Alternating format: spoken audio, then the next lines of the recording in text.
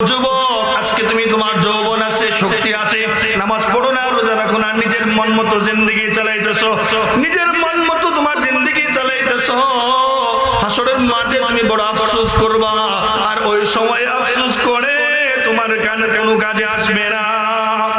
ওই সময় কোনো আশ্রয়ের স্থল থাকবে না আল্লাহ রাব্বুল আলামিনের আরশের ছায়া ছাড়া।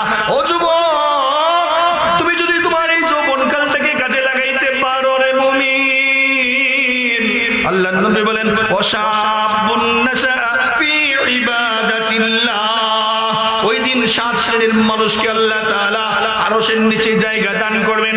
এই 7 শ্রেণীর ভিতরে এক শ্রেণী হলো যে যুবক যৌবনকালে ইবাদত বندگی করে, আল্লাহর আনুগত্য করে, রাসূলের আনুগত্য করে, ইসলামী হুকুমগুলা পরিপূর্ণভাবে মেনে দুনিয়া থেকে বিদায় নেয়, ওই যুবক আল্লাহর আরশের নিচে জায়গা পাবে। শুধু যুবকরা জায়গা পাবে, আমাদের বৃদ্ধ বাবাজিদের কি হালত হবে? আল্লাহর রাসূল তাও জানিয়ে দিলেন, ও বৃদ্ধ বাবাজি, আল্লাহর নবী বলেন ওয়ারাজুলুন কলবু মুআল্লাকুম বিল মাসাজিদ, যে ব্যক্তির অন্তরটা মসজিদের সাথে লেগে থাকবে, যে ব্যক্তির অন্তরটা মসজিদের সাথে পড়ে থাকবে, মসজিদে পড়ে থাকবে, ফজরের নামাজ পড়বে, কখন জোহরের রক্ত হবে, জোহরের রক্ত জোহরের নামাজ পড়বে, কখন আসরের রক্ত হবে। এইভাবে যখন যে মুরব্বী বাবাজিরা চিন্তা করবে, ওই মুরব্বী বাবাজিরাও কিয়ামতের ময়দানে রোজে মাহশারে আল্লাহর আরশের নিচে জায়গা পাবে। ওই দিনটা হবে বড় ভয়ঙ্কর, ওই দিনটা হবে বড় ভয়ঙ্কর, বড় আযাবের একটা জায়গা। সমস্ত মানুষগুলো ইয়া নাফসি করতে থাকবে। শুধু মানুষগুলো ইয়া নাফসি নয়, সমস্ত নবীরাও ইয়া নাফসি করবে। শুধুমাত্র আমার আপনার প্রিয় নবী মুহাম্মদুর রাসূলুল্লাহ ইয়া নাফসি করবে না। উনি সিজদায় পড়ে বলবে ইয়া উম্মতি। আমার আপনার নবী এক জায়গায় স্থির থাকবে না। হাসরের মাঠ যখন কায়েম হবে, উনি মাঝে মাঝে দৌড় দেবে হাউজে কাউসারের দিকে। না জানি ওনার কোন উম্মত হাউজে কাউসারের পানি পান করা থেকে বঞ্চিত হয়ে যায়। আবার দৌড় দেবে মিজানের পাল্লার দিকে। না জানি ওনার কোন উম্মত মিজানের পাল্লায় ধরা খেয়ে যায়। আবার দৌড় দেবে জাহান্নামের দরজার দিকে। না জানি ওনার কোন উম্মত জাহান্নামে চলে যায়। আমরা কেমন নবী পাইলাম রে মুসলমান? এমন নবী পাওয়ার পরেও ওই নবীর আদর্শ আমরা নেই না। ও যুবক, তুমি নবীর আদর্শ মানো, তুমি 5 ওয়াক্ত নামাজ পড়ো, রোজা রাখো, হজ যাকাত সবকিছু করো, কিন্তু তুমি মাথার চুলের কাটিংটা দিলেন Neymar cutting, Messi cutting, Ronaldo cutting. ও মুসলমান, মনে রাখো, এই যে তুমি নামাজ পড়লা, রোজা রাখলা, সমস্ত বিধিবিধান মানলা, কিন্তু তোমার চুলের কাটিংটা হয়ে গেল খ্রিস্টান ব্যক্তির সাথে, হিন্দু ব্যক্তির সাথে, ইহুদি ব্যক্তির সাথে মিলে গেছে।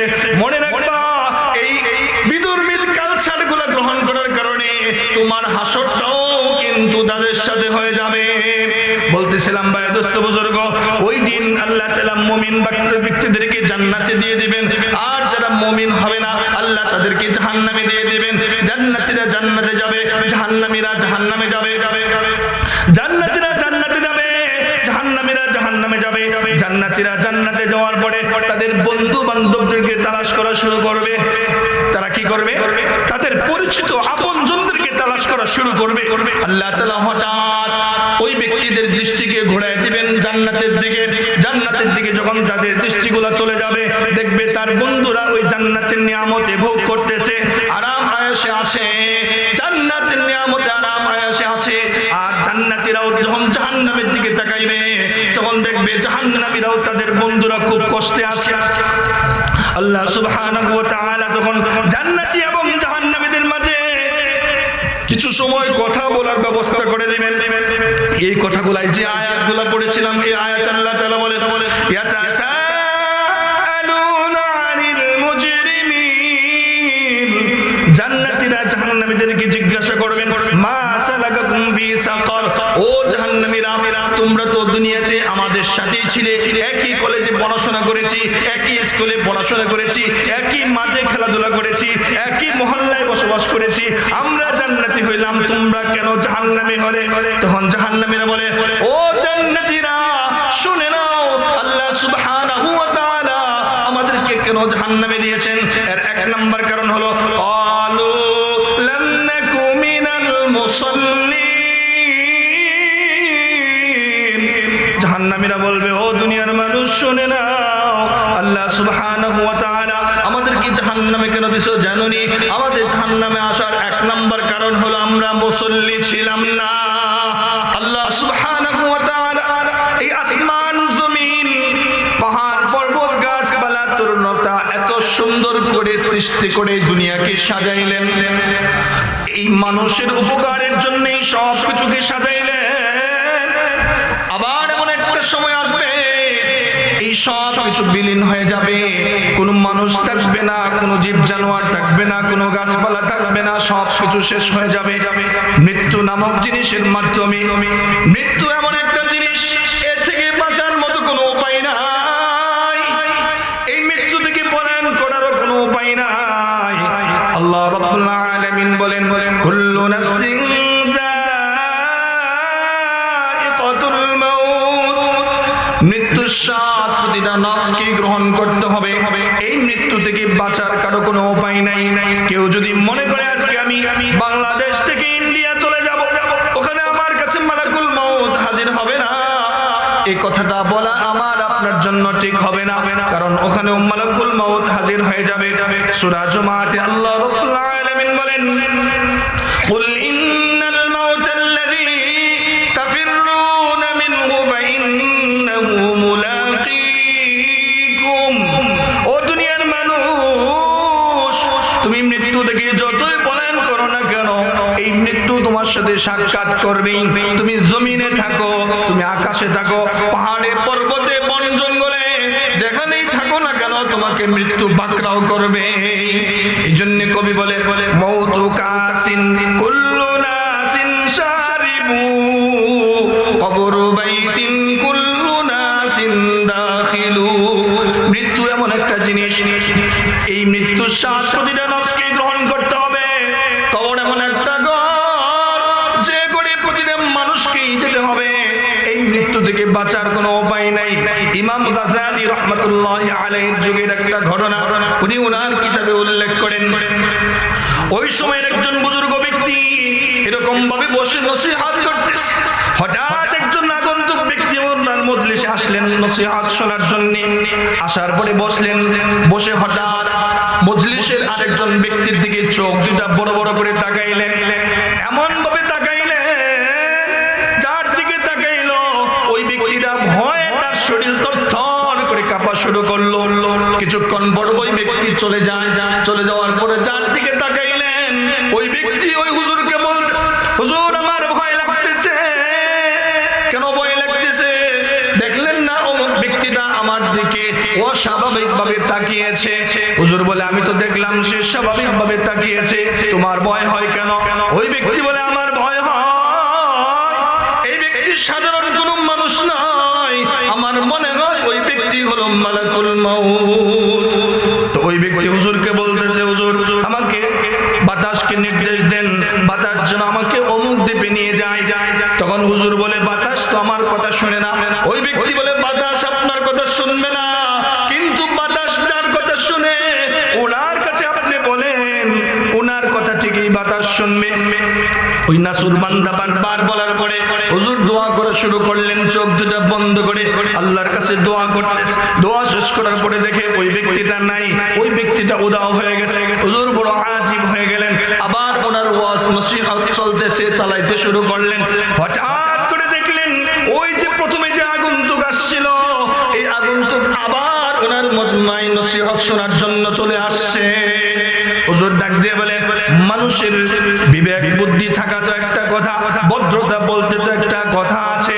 তুমি কখনো আমার মজলিসে আসো না, তুমি মজলিসে আসলা, আসার পরে আমার আরেকজন শ্রোতার দিকে তুমি এমন ভাবে তাকাইলা, মনে হয় তোমার অনেক দিন ধরে তার শত্রুতা চলতেছে। আসলে বলো তোমার পরিচয়টা কি? ওই আগন্তুক বলে, হুজুর আমি আমার পরিচয়টা আপনার কানে কানে দেই। হুজুর বলে, ঠিক আছে দাও। কানের কাছে আসলেন, এসে বললেন, হুজুর আমি কোনো সাধারণ মানুষ না, আমি গোলাম মালাকুল মাউত আজরাইল। তাহলে তুমি তার দিকে বড় বড় চোখ করে কেন তাকাইলা? বড় বড় চোখ করে তাকাইলাম এই জন্য আমি আসছি আপনার মজমায় নসিহত শোনার জন্য। এসে দেখলাম এমন একজন ব্যক্তি বসে আছে যার কিছু কিছুক্ষণ পরে তার অমুক জায়গায় তার মৃত্যু লেখা হয়ে গেছে। জায়গাটা হলো এই জায়গা থেকে 8 দিনের দূরত্ব। কয় দিনের দূরত্ব? 8 দিনের দূরত্ব। অমুক জায়গায় তার মৃত্যু হবে। আমি সাথে সাথে আমার চোখ বুলাইয়া ওই এলাকায় ঘুরলাম, ঘুরে দেখলাম তো এই ব্যক্তি কোথাও নাই। তখন আমি মনে মনে ভাবলাম, আমি মালাকুল মউতের তো কোনোদিন ভুল হয় না। এই জন্য আমি তার দিকে চোখ বড় বড় তাকাইয়া আমি শিওর হইলাম আসলে কি ওই ব্যক্তি কিনা। যখন দেখলাম হ্যাঁ সেই ওই ব্যক্তি, হঠাৎ আমার মনে হলো আল্লাহ বলছে সে ওই জায়গায় মারা যাবে। ওই ব্যক্তি কিভাবে ওখানে যাবে? এটা আল্লাহর দায়িত্ব, এটা আমার দায়িত্ব না। আমি সাথে সাথে উঠে ওখানে চলে যাই। বড় আজীব ব্যাপার হলো, আমি যাওয়ার আগেই দেখি ওই ব্যক্তি ওখানে যায় হাজির। এই যে মুসলমান, এই মৃত্যু থেকে পলায়ন করার কোনো সুযোগ নেই, এই মৃত্যু থেকে বাঁচার কোনো সুযোগ নেই। মৃত্যু আমাদেরকে বাকরাও করবেই। এই মৃত্যু নামক জিনিস আমাদেরকে গ্রহণ করতেই হবে। এই জন্য মুসলমান, মৃত্যু আসার আগেই আমাকে আপনাকে মৃত্যুর জন্য প্রস্তুতি নিতে হবে। মৃত্যুর সময় যদি আমার ঈমান ভালো হয়, আমার আমল ভালো হয়, তাহলে মৃত্যুর সময়টা আমার জন্য সহজ হবে। আর যদি ঈমান আমল আমার ভালো না থাকে, মৃত্যুর সময়টা আমার জন্য বড় কঠিন হয়ে যাবে। মৃত্যুর পরে আমাদের যখন কবরে রাখে আসবে, কবর একটা বড় ভয়ঙ্কর জায়গা হতে পারে কারো জন্য, আবার কারো জন্য জান্নাতের একটা বাগান হতে পারে। আল্লাহর নবী সাল্লাল্লাহু আলাইহি সাল্লাম বলেন, আল কবরু রাওযাতুম মিন রিয়াজিল জান্নাহ ওয়া হুফরাতুম মিন হুফারিন নার। কবর কারো জন্য হবে জান্নাতের একটা বাগান, আবার কারো জন্য হবে জাহান্নামের একটা টুকরা। কবরে যখন রাখবে, কবরে রাখার সাথে সাথে ওই ব্যক্তি যদি ঈমানওয়ালা আমলওয়ালা হয়ে যায়, কবর তার সাথে ভালো আচরণ শুরু করবে। আল্লাহর নবী সাল্লাল্লাহু আলাইহি ওয়াসাল্লাম বলেন, ওই দিনদার ব্যক্তি কবরে যাওয়ার সাথে সাথেই তার কবরটা প্রশস্ত হয়ে যাবে। কতটুকু প্রশস্ত হবে? ওই মুমিন ঈমানদার ব্যক্তির চোখের দৃষ্টি যত দূর যায়, তার কবরটাও তত দূরত্ব হয়ে যাবে, এত প্রশস্ত হয়ে যাবে। একজন মুমিন ব্যক্তির কবরটা, ঈমানওয়ালা ব্যক্তির, আমলওয়ালা ব্যক্তির কবরটা এত প্রশস্ত হবে। অপরদিকে যদি কোনো ব্যক্তির ঈমান ভালো না থাকে, আমল ভালো না থাকে, ওই ব্যক্তির সাথে তার কবরটা কেমন আচরণ করবে? কেমন আচরণ করবে? আমি একটা হাদিসে পাইলাম, কোনো ব্যক্তি যদি দুনিয়াতে নামাজ না পড়ে, রোজা না রাখে, ভালো কাজ না করে, বিশেষ করে সে যদি নামাজ না পড়ে, ওই ব্যক্তির কবরে 3 ধরনের আযাব হবে। এক হলো দুই পাশের মাটিগুলো এমন ভাবে চাপ দিবে, এক পাশের পাথরের হাড়গুলো আরেক পাশের পাথরের হাড়ের সাথে লেগে যাবে। 2 নম্বর আযাব হলো ওই ব্যক্তির কবরে আগুন দেওয়া হবে। তার ডানে আগুন, বামে আগুন, সামনে আগুন, পেছনে আগুন, শুধু আগুন আর আগুন দাও দাও করে জ্বলতে থাকবে। এই আগুন দেখে তখন সে বলবে, আল্লাহ রাব্বুল আলামিন বলেন, লাহুম মিন জাহান্নামা মিহাদ ওয়া মিন ফাওকিহিম গাওয়াশ। ওই ব্যক্তির ডানে আগুন, বামে আগুন, সামনে আগুন, পেছনে আগুন, শুধু আগুন দাও দাও করে জ্বলতে থাকবে, আগুন দাও দাও করে জ্বলতে থাকবে। হঠাৎ দেখবে তার পাশে একজন ব্যক্তি একটা বড় হাতুড়ি নিয়ে দাঁড়িয়ে আছে। একজন ব্যক্তি বড় একটা হাতুড়ি নিয়ে দাঁড়িয়ে আছে। এই হাতুড়ি দিয়ে এই ব্যক্তির শরীরে যখন আঘাত করবে, এত জোরে চিল্লান দিবে, এত জোরে চিৎকার দিবে রে ভাই, আমরা দুনিয়ার মানুষ যদি শুনতে পাইতাম, আমাদের কানের পর্দা ফেটে যাইতো। শুধুমাত্র জিন এবং পশু পাখিগুলা শুনতে পায়। এই জন্য মাঝে মাঝে দেখবেন কবরের পাশে যখন গরু ছাগল বাঁধা থাকে, মাঝে মাঝে ওই গরু ছাগলকে করে রশি ছিঁড়ে তার জায়গা থেকে পলায়ন করে। কেন পলায়ন করে? ওই ব্যক্তির কবরে আযাব হচ্ছে, ওই ব্যক্তির কবরে আযাব, যে আযাবের শব্দ সে ওই পশুগুলা শুনতে পায়, যার কারণে সে নিজেকে স্থির রাখতে পারে না। স্থির না রেখে সে লাফালাফি করে, সে তার জায়গা থেকে রশিগুলা ছেড়ে সে চলে যায়। এই জন্য দোস্ত বুজুর্গ, যেহেতু আমাদেরকে কবরের জগতে যাইতে হবে, কবরের জগৎটা যদি ভালো না হয়, হযরত তো বসেন, ছেড়ে দিচ্ছি, কবরের জগৎটা যদি আমার ভালো না হয়, হাসরের ময়দানটাও আমার জন্য কিন্তু ভালো হবে না। হাসরের মাঠে যখন উঠব, সূর্যটা মাথার 1 বিঘত উপরে উঠবে, সূর্যের তাপে জমিনগুলা তামা হয়ে যাবে, মাথার মগজগুলা টকবক করে গলতে লাগবে। আল্লাহর নবী সাল্লাল্লাহু আলাইহি সাল্লাম বলেন, এই সূর্যটা মাথার এক বিগত উপরে ওঠার কারণে মানুষের শরীর থেকে এত বেশি ঘাম বের হবে, এই ঘামের পানি কারো হাঁটু পর্যন্ত চলে আসবে, কারো কোমর পর্যন্ত চলে আসবে, কারো বুক পর্যন্ত চলে আসবে, কারো গলা পর্যন্ত চলে আসবে, নাক বরাবর পর্যন্ত চলে আসবে। মুহাদ্দিসিনে কেরাম বলেন যে ব্যক্তির গুনাহ যেমন হবে তার ঘামের পানিটাও তেমন হবে। ও দুনিয়ার মানুষ, আজকে তুমি দুনিয়ার পিছনে পড়ে হয়ে গেছো বেহুশ, আজকে তোমরা বেহুশ হয়ে গেছো, কিন্তু কিয়ামতের ময়দানে তোমাদের হুঁশ ফিরে আসবে। ওই সময় তোমাদের হুঁশ ফিরে আসার দ্বারা কোনো লাভ হবে না। ও যুবক, আজকে তুমি তোমার যৌবন আছে, শক্তি আছে, নামাজ পড়ো না, রোজা রাখো না, নিজের মন মতো জিন্দেগি চালাইতেছো, নিজের মন মতো তোমার জিন্দেগি চালাইতেছো। হাসরের মাঠে তুমি বড় আফসোস করবা, আর ওই সময় আফসোস করে তোমার কোনো কাজে আসবে না। ওই সময় কোনো আশ্রয়ের স্থল থাকবে না আল্লাহ রাব্বুল আলামিনের আরশের ছায়া ছাড়া। ও যুবক, তুমি যদি তোমার এই যৌবনকালটাকে কাজে লাগাইতে পারো রে মুমিন, আল্লাহর নবী বলেন ওয়াশাবুন নাশা ফি ইবাদাতিল্লাহ, ওই দিন 7 শ্রেণীর মানুষকে আল্লাহ তাআলা আরশের নিচে জায়গা দান করবেন। এই 7 শ্রেণীর ভিতরে এক শ্রেণী হলো যে যুবক যৌবনকালে ইবাদত বندگی করে, আল্লাহর আনুগত্য করে, রাসূলের আনুগত্য করে, ইসলামী হুকুমগুলা পরিপূর্ণভাবে মেনে দুনিয়া থেকে বিদায় নেয়, ওই যুবক আল্লাহর আরশের নিচে জায়গা পাবে। শুধু যুবকরা জায়গা পাবে, আমাদের বৃদ্ধ বাবাজিদের কি হালত হবে? আল্লাহর রাসূল তাও জানিয়ে দিলেন, ও বৃদ্ধ বাবাজি, আল্লাহর নবী বলেন ওয়ারাজুলুন কলবুন মুআল্লাকুম বিল মাসাজিদ, যে ব্যক্তির অন্তরটা মসজিদের সাথে লেগে থাকবে, যে ব্যক্তির অন্তরটা মসজিদের সাথে পড়ে থাকবে, মসজিদে পড়ে থাকবে, ফজরের নামাজ পড়বে, কখন জোহরের রক্ত হবে, জোহরের নামাজ পড়বে, কখন আসরের রক্ত হবে। এইভাবে যখন যে মুরব্বী বাবাজিরা চিন্তা করবে, ওই মুরব্বী বাবাজিরাও কিয়ামতের ময়দানে রোজে মাহশারে আল্লাহর আরশের নিচে জায়গা পাবে। ওই দিনটা হবে বড় ভয়ঙ্কর, ওই দিনটা হবে বড় ভয়ঙ্কর, বড় আযাবের একটা জায়গা। সমস্ত মানুষগুলো ইয়া নাফসি করতে থাকবে, শুধু মানুষগুলো ইয়া নাফসি নয়, সমস্ত নবীরাও ইয়া নাফসি করবে। শুধুমাত্র আমার আপনার প্রিয় নবী মুহাম্মদুর রাসূলুল্লাহ ইয়া নাফসি করবে না, উনি সিজদায় পড়ে বলবে ইয়া উম্মতি, আমার আপনার নবী এক জায়গায় স্থির থাকবে না। হাসরের মাঠ যখন কায়েম হবে, উনি মাঝে মাঝে দৌড় দেবে হাউজে কাউসারের দিকে, না জানি ওনার কোন উম্মত হাউজে কাউসারের পানি পান করা থেকে বঞ্চিত হয়ে যায়। আবার দৌড় দেবে মিজানের পাল্লার দিকে, না জানি ওনার কোন উম্মত মিজানের পাল্লায় ধরা খেয়ে যায়। আবার দৌড় দেবে জাহান্নামের দরজার দিকে, না জানি ওনার কোন উম্মত জাহান্নামে চলে যায়।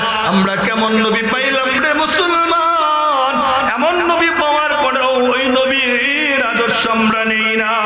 ও যুবক, তুমি নবীর আদর্শ মানো, তুমি 5 ওয়াক্ত নামাজ পড়ো, রোজা রাখো, হজ যাকাত সবকিছু করো, কিন্তু তুমি মাথার চুলের কাটিংটা দিলেন Neymar cutting, Messi cutting, Ronaldo cutting. ও মুসলমান, মনে রাখো, এই যে তুমি নামাজ পড়লা, রোজা রাখলা, সমস্ত বিধিবিধান মানলা, কিন্তু তোমার চুলের কাটিংটা হয়ে গেল খ্রিস্টান ব্যক্তির সাথে, হিন্দু ব্যক্তির সাথে, ইহুদি ব্যক্তির সাথে মিলে গেছে। মনে রাখবা, এই বিধর্মী কালচারগুলো গ্রহণ করার কারণে তোমার হাসরটাও কিন্তু তাদের সাথে হয়ে যাবে। বলতেছিলাম ভাই দোস্ত বুজুর্গ, ওই দিন আল্লাহ তাআলা মুমিন ব্যক্তিদেরকে জান্নাতে দিয়ে দিবেন, আর যারা মুমিন হবে না আল্লাহ তাদেরকে জাহান্নামে দিয়ে দিবেন। জান্নাতীরা জান্নাতে যাবে, জাহান্নামীরা জাহান্নামে যাবে, জান্নাতীরা জান্নাতে যাবে, জাহান্নামীরা জাহান্নামে যাবে। জান্নাতীরা জান্নাতে যাওয়ার পরে তাদের বন্ধু বান্ধবদেরকে তালাশ করা শুরু করবে। তারা কি করবে? তাদের পরিচিত আপনজনদেরকে তালাশ করা শুরু করবে। আল্লাহ তাআলা হঠাৎ ওই ব্যক্তিদের দৃষ্টিকে ঘোরায় দিবেন জান্নাতের দিকে। জান্নাতের দিকে যখন তাদের দৃষ্টিগুলো চলে যাবে, দেখবে তার বন্ধুরা ওই জান্নাতের নিয়ামতে ভোগ করতেছে, আরাম আয়েশে আছে, জান্নাতের নিয়ামতে আরাম আয়েশে আছে। আর জান্নাতীরাও যখন জাহান্নামের দিকে তাকাইবে, তখন দেখবে জাহান্নামীরাও তাদের বন্ধুরা খুব কষ্টে আছে। আল্লাহ সুবহানাহু ওয়া তাআলা তখন জান্নাতী এবং জাহান্নামীদের মাঝে কিছু সময় কথা বলার ব্যবস্থা করে দিবেন। এই কথাগুলাই যে আয়াতগুলো পড়েছিলাম, এই আয়াত আল্লাহ তাআলা বলেন ইয়াতাসাআলুনা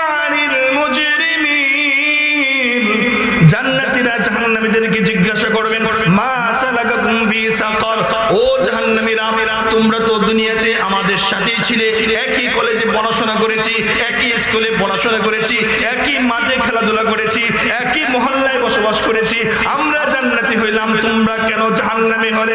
তখন জাহান্নামীরা বলে, ও জান্নাতীরা শুনে নাও, আল্লাহ সুবহানাহু ওয়া তাআলা আমাদেরকে কেন জাহান্নামে দিয়েছেন? এর এক নাম্বার কারণ হলো ক্বালু লাম নাকু মিনাল মুসাল্লিন। জাহান্নামীরা বলবে, ও দুনিয়ার মানুষ শুনে নাও, আল্লাহ সুবহানাহু ওয়া তাআলা আমাদেরকে জাহান্নামে কেন দিয়েছে জানোনি? আমাদের জাহান্নামে আসার এক নাম্বার কারণ হলো আমরা মুসল্লি ছিলাম না। কি ছিলাম না ভাই? মুসল্লি ছিলাম না। মুসল্লি ছিল না বলতে কারা মুসল্লি ছিল না? যারা একেবারেই পড়ে নাই, একদিন পড়লে আরেকদিন পড়ে নাই, এক জুমা পড়তো আরেক জুমা পড়তো না, টোটালি যারা 5 ওয়াক্ত নামাজ সময় মতো আদায় করে নাই, ওই ব্যক্তিদের কি বলা হয়? মুসল্লি না। তাহলে জাহান্নামে যাওয়ার এক নম্বর কারণ হলো আমরা যদি 5 ওয়াক্ত নামাজ সময় মতো যথার সময় আদায় না করি, তাহলে আমার আপনার ঠিকানা হবে জাহান্নাম। 2 নম্বর কারণ হলো ওয়ালাম নাকুনু তুইমুল মিসকিন, আমরা মিসকিনদেরকে আহার করাইতাম না, খাবার খাওয়াইতাম না। আল্লাহ তাআলা আমাকে সম্পদ দিয়েছেন, এই সম্পদের ভিতরে গরিব মানুষদের একটা হক আছে, আত্মীয় স্বজনের একটা হক আছে, পাড়া প্রতিবেশীদের একটা হক আছে, তাদের হকগুলো আদায় করি নাই, যার কারণে আল্লাহ তাআলা আমাদেরকে জাহান্নামে দিয়েছেন। আমরা আমাদের ভাই বোনের হক আদায় করি না, বাবা সন্তানের হক আদায় করে না, সন্তান বাবার হক আদায় করে না। আমার সমাজে যে দরিদ্র মানুষগুলো আছে, ওই মানুষগুলোর হক আমরা আদায় করি না। আমরা নিজেরা 3 বেলা পেট ভরে খাই, কিন্তু আমাদের সমাজে কিছু মানুষ আছে যে মানুষগুলো 3 বেলার ভিতরে 2 বেলা পেট ভরে খেতে পারে না। বলেন আছে কিনা সমাজে? তাদেরকে খাবার না দেওয়ার কারণে আল্লাহ সুবহানাহু ওয়া তাআলা আমাদেরকে জাহান্নামে দিবেন। এই ছিল জাহান্নামে যাওয়ার 2 নম্বর কারণ। 3 নম্বর কারণ হলো ওয়া কুন্না নাখুদু মাআল খায়িদিন। কিছু মানুষ ছিল সমাজে এমন, যে মানুষগুলো গুনাহের কাজে লিপ্ত ছিল, আমরা গুনাহ করে নেই, আমরা তাদের সঙ্গী হয়েছিলাম। কি ভাই? কিছু মানুষ দেখবেন জুয়া খেলে না, তাস খেলতেছে, নেশা করতেছে, জুয়া খেলতেছে, আমরা খেলাই নাই, আমরা তাদের পাশে ছিলাম, দাঁড়ায় দাঁড়ায় খেলা দেখছি। ওই বিদেশে ক্রিকেট খেলা হচ্ছে, ফুটবল খেলা হচ্ছে, ঘন্টাকে ঘন্টা আমরা টিভির সামনে দাঁড়ায় দেখতেছিলাম। এই যে যারা খেলেছে পরিমাণ অপরাধী হয়েছে, আমরা দেখে সেরকমই অপরাধী হয়েছে। তো এই জন্য যে মজলিসে গুনাহ হয়, ওই মজলিসে যাওয়া যাবে না। যে মানুষগুলা গুনাহের কাজে লিপ্ত, তাদের সঙ্গী হওয়া যাবে না। যারা গুনাহ করবে তারা তো জাহান্নামে হবেই, আর আমরা যদি সঙ্গী হই তাহলে আমাদেরকেও জাহান্নামে যেতে হবে। বিশেষ করে আমাদের মা বোনদের একটা পর্দার ব্যবস্থা করা হয়েছে, আমি দেখে আসছি। মা বোনদেরকে বলবো, 2 জন মা 2 জন 3 জন যখন একসাথে হয়ে যায়, তখন তাদের ভিতরে একটা গীবতের আড্ডা বসে যায়। কার বাড়িতে কি হয়েছে, কার ঘরে কি হয়েছে, 2 জন বলাবলি করে, তৃতীয় পক্ষ আরেকজন নীরবে শুনে।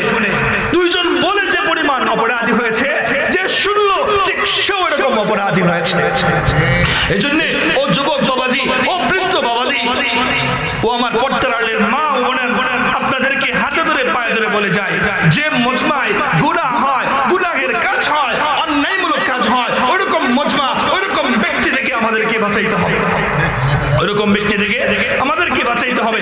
একটা কথা মনে হয়ে গেল, প্রধান বক্তা চলে আসছে। আমরা আমাদের সমাজে বিভিন্ন আচার অনুষ্ঠান করিনি আচার অনুষ্ঠান। আমাদের সমাজে একটা ব্যবসার মতন হয়ে গেছে। আমার ছেলেকে মেয়েকে বিবাহ করাবো, আর এই বিবাহ অনুষ্ঠানে বড় বড় ড্যান্স সেট এনে আমরা গান বাদ্য বাজনা 2 দিন আগে থেকে শুরু করি, বিয়ের 2 দিন পর পর্যন্ত চলতে থাকে। আল্লাহ নবী সাল্লাল্লাহু আলাইহি সাল্লাম বলেন, যে মজমাই, যে অনুষ্ঠানে গান বাদ্য বাজনা বাজানো হয়, ওই অনুষ্ঠান থেকে কোনো ব্যক্তি যদি খাবার খেয়ে আসে, ওই ব্যক্তি গরুর মাংস দিয়ে খাই নাই, ছাগলের মাংস দিয়ে খাই নাই, মুরগির মাংস দিয়ে খাই নাই, ওই ব্যক্তি মৃত গাধার মাংস দিয়ে খেয়ে আসে। তাহলে এরকম অনুষ্ঠানে যাওয়া যাবে? এরকম অনুষ্ঠানে যাওয়া যাবে?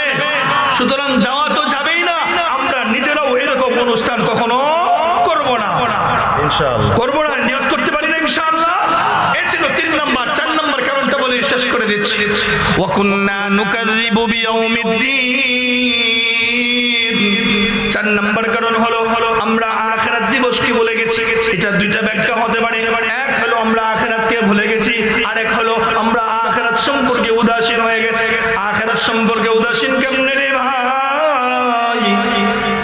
আল্লাহ রাব্বুল আলামিন বলেন, ও দুনিয়ার মানুষ, তোমরা আমাকে ভয় করো, কবরের আযাবকে ভয় করো, হাসরের মাঠের এই অবস্থাকে ভয় করো, জাহান্নামের আযাবকে ভয় করো। আমরা কি করি? আল্লাহকে ভয় করি না, কবরের আযাবকে ভয় করি না, হাসরের মাঠের অবস্থার কথা আমরা আমাদের দিলের ভিতরে বসাই না, জাহান্নামের আযাবের কথা বসাই না। তখন আমরা নির্দ্বিধায় গুনাহের কাজ করি, হালাল হারাম মেনে চলি না, সুদী কারবার করি, ঘুষের লেনদেন করি, মিথ্যা কথা বলি, গীবত করি, শিকায়ত করি, নামাজ পড়ি না, রোজা রাখি না, ভালো কাজের সাথে নিজেদেরকে আমরা জড়াই না। এভাবে আমরা যখন উদাসীন থাকবো রে ভাই, হাসরের মাঠ কায়াম যেদিন হবে, ওই দিন আমার আপনার ঠিকানা হয়ে যাবে জাহান্নাম। তাহলে বলতেছিলাম জাহান্নামে যাওয়ার কয়টা কারণ? 4টা কারণ। 1 নম্বর কারণ হলো নামাজ না পড়া। খেয়াল করে শুনি, 1 নম্বর কারণ হলো নামাজ না পড়া। 2 নম্বর কারণ হলো মানুষকে খাবার না খাওয়ানো। 3 নম্বর কারণ হলো গুনাহের মজলিসে যাওয়া। 4 নম্বর কারণ হলো আখিরাত দিবসকে ভুলে যাওয়া তথা অস্বীকার করা। এই 4টা কারণ যদি আমার আপনার ভিতরে থাকে, আজকে থেকে তওবা করে নেই ও মুমিন মুসলমান, আজ থেকে আমরা তওবা করে নেই। আয় আল্লাহ, ভুল করে ফেলছি, আর কখনো করব না। আর সামনে থেকে সঠিকভাবে সঠিক পন্থায় আমল করার, জীবনকে চালানোর মতো আমাদেরকে তৌফিক দান করো। এই দোয়া করতে পারবো না ইনশাআল্লাহ? আল্লাহ তাআলা এই যে ওগোছলো কয়েকটা কথা বললাম, প্রধান মেহমানকে বসায় রেখে আসলে এটা বেয়াদবির খেলাফ, আদবের খেলাফ হয়ে গেছে, বেয়াদবি হয়ে গেল। সকলের কাছে ক্ষমা চেয়ে আমি আমার বক্তব্য শেষ করলাম। ওয়া আখিরু দাওয়ানা আলহামদুলিল্লাহি রাব্বিল আলামিন। আসসালামু আলাইকুম ওয়া রাহমাতুল্লাহি ওয়া বারাকাতুহু।